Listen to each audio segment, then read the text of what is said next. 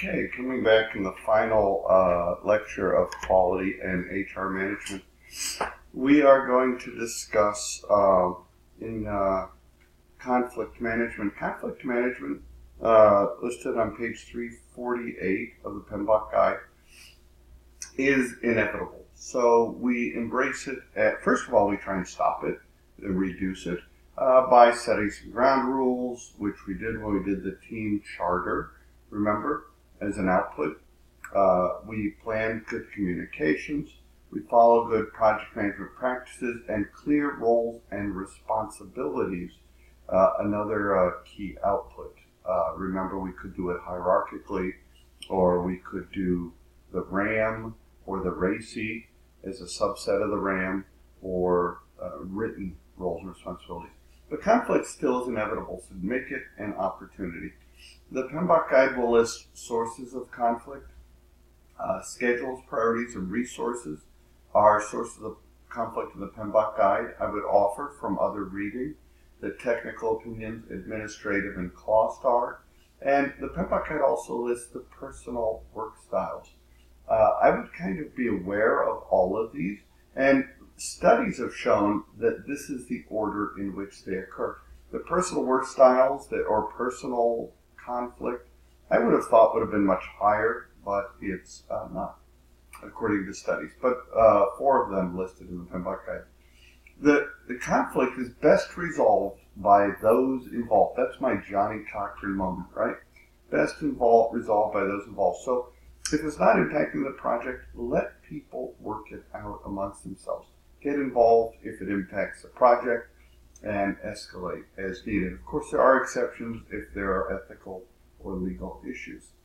Now, in conflict management, project manager success often involves, since it's going to happen, on resolving these conflicts. The PMBOK Guide lists 5 types of conflict management. Compromising, or it's also called reconciling, is withdrawal, also referred to as avoid. Smoothing or accommodating, collaborating, or problem solving, enforcing. If you take the certification exam, know the alternate terms as well as the definitions. The test likes to do things like that. It'll call at one point compromising in the question, and then it'll say reconcile in the answer, that sort of thing. When we compromise, this is kind of partial resolution, kind of a lose-lose. It brings some satisfaction to both. Withdrawal and avoidance, I say, is not usually the best. I will offer that, especially if someone is violent, withdrawal right away is likely the best. But oftentimes, it's not after that. So you might say, hey, go home, take the rest of the day off, we got it, it's paid.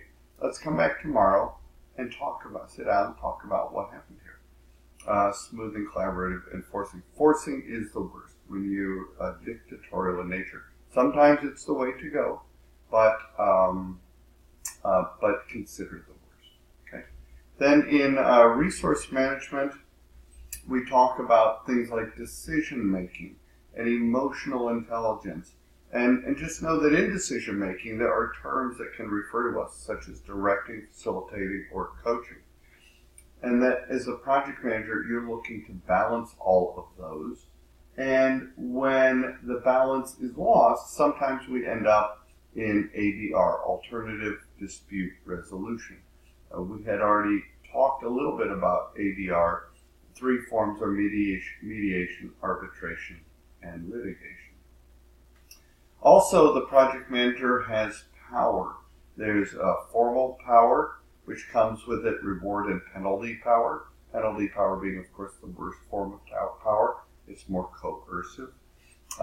There's also expert power. We all know those people on our team. Referent power, some sort of charismatic power. This could be because of humor. This could be because of drive. Patton had a charismatic power, and nobody thought he was funny. Trust me. And then there's informational power, financial power. There are other forms, but really formal, referent, informational, financial, those are key ones. The bottom line is PM must have some power over the team to make make tough decisions there. Okay. And now the last process is resource management, controlled resources. This ensures the physical resources are available as planned, and that we're monitoring that plan versus their actual utilization, making sure we have the right resources at the right time, and that, frankly, they're released when we're done.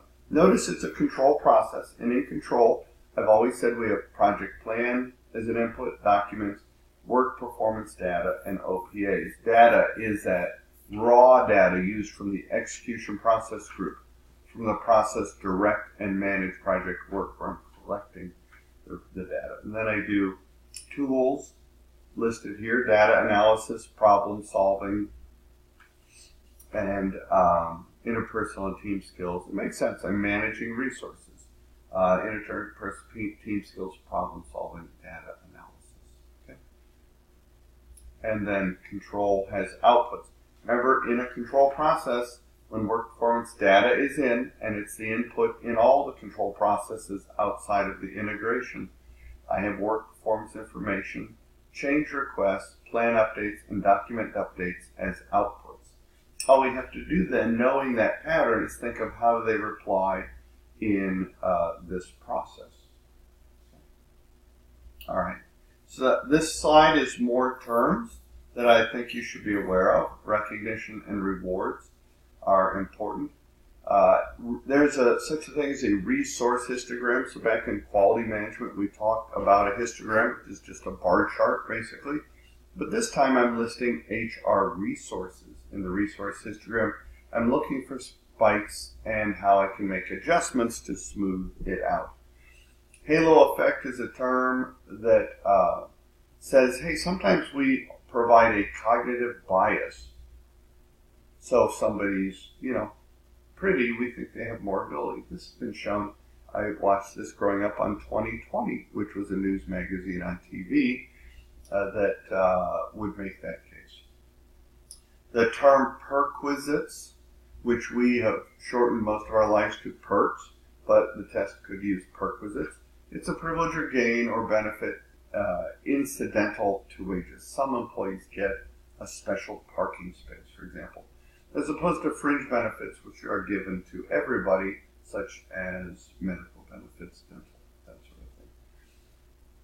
And now, motivational theory. My final slides here are about motivation. What motivates us? These are fairly well laid out, so I'll just touch on them.